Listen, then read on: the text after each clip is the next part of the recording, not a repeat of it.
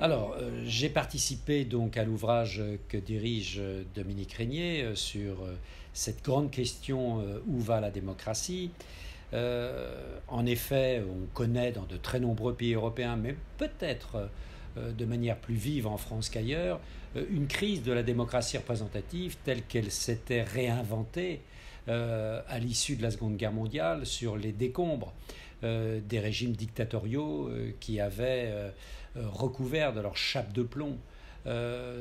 l'ensemble du continent européen. Il faut bien reconnaître que cette démocratie représentative connaît depuis de longues années des phénomènes de faiblesse, de contestation. L'opinion publique reste très attachée, bien sûr, au mécanisme démocratique, et en particulier à ce grand moment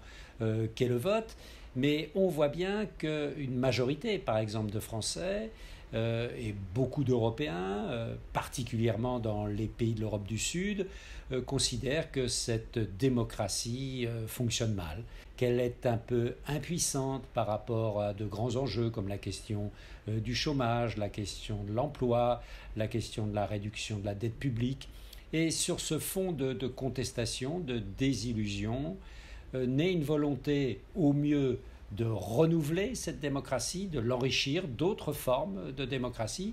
mais apparaît également ce qu'on pourrait appeler une pulsion autoritaire. Des minorités, certes, heureusement, en Europe, rêvent d'un régime autoritaire et qui est un des symptômes de cette contestation de la démocratie. Donc il était urgent de se poser la question où va,